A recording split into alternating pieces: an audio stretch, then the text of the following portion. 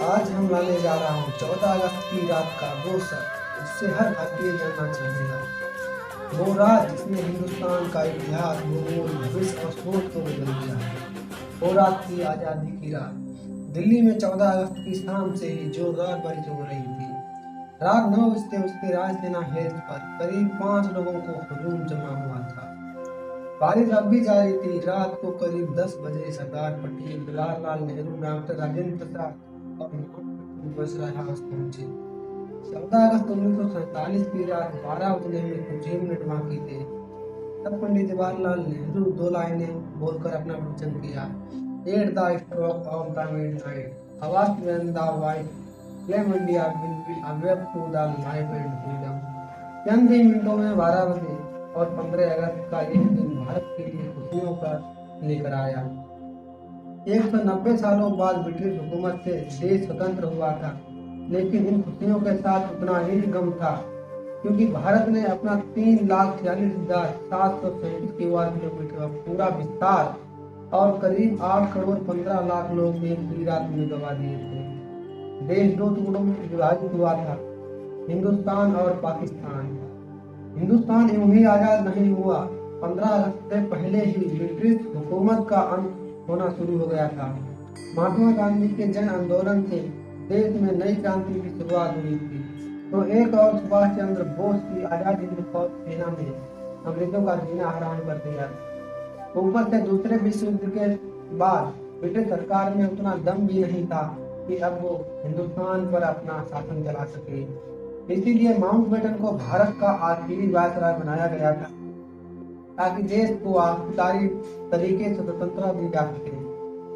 अंग्रेजों ने भारत को शुरुआत में 3 जून 1948 के दिन स्वतंत्र घोषित करने का निर्णय लिया था, लेकिन मोहम्मद अली जिन्ना पाकिस्तान नामक अलग देश बनाने की ठान ली थी, जिसके चलते देश में कई जगह पर सांप्रदायिक हिंसा शुरू हो रही थी।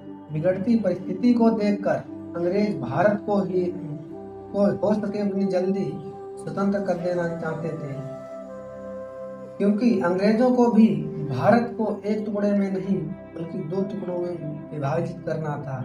स्वतंत्रता के लिए दिन 15 अगस्त ही क्यों चुना गया, तो इसमें ऐसा है कि हम भारतीय ही नहीं शुभ अशुभ मानते हैं, बल्कि अंग्रेज भी उतना ही शुभ और अशुभ मानते थे।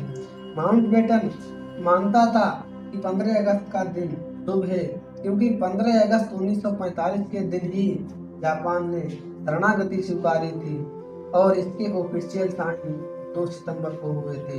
इसलिए बेटन के अनुसार 15 अगस्त का दिन मित्र राष्ट्रों के लिए शुभ था। तो फिर रात 12 बजने को ही क्यों तय किया गया?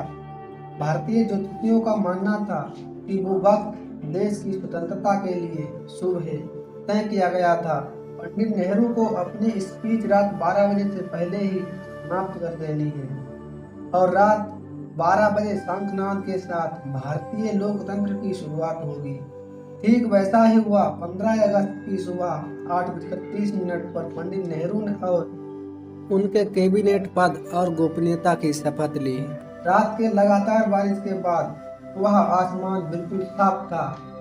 लोग बेसब्री से इंतजार कर रहे थे आजाद भारत के तिरंगे को लहराने, अपनी आंखों से देखने की।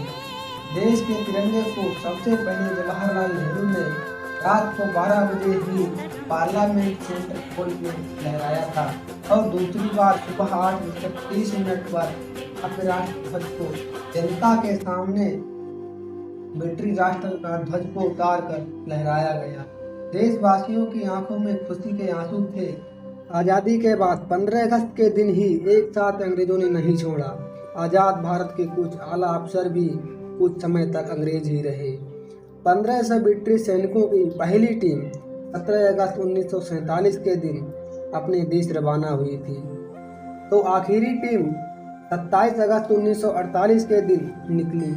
दोस्तों, ताज्जुब की बात यह है, लुटेरे अंग्रेज हमारे देश में अतिथि बन के आए हों, इस तरह उन्हें विदा किया गया। उनकी आखिरी फौज ने मुंबई बंदरगाह से विदाई ली। तब जॉर्ज पंचम को विदाई देने वाला गीत बैंड बाजे के साथ बजाया गया। आज़ादी से 190 साल पहले भी अमीर चंद और मीर जाफर ने रॉबर्ट ग्राइम का ऐसे ही सम्मान के साथ स्वागत किया था। और फिर क्या हुआ? प्लासी का युद्ध और 190 सालों की परितंत्रता। फिर भी हम भारतीय नहीं सुधरे। अतिथि देवो भव सूत्र को हमने आज भी नहीं छोड़ा, फिर वो अतिथि देव तुल्य हो या फिर लूटने आया हो। दोस्तों, आज की वीडियो में इतना ही। इस स्वतंत्रता की कहानी को ज़्यादा से ज़्यादा शेयर करने की आपकी जिम्मेदारी है। जय हिंद, वंदे मातरम।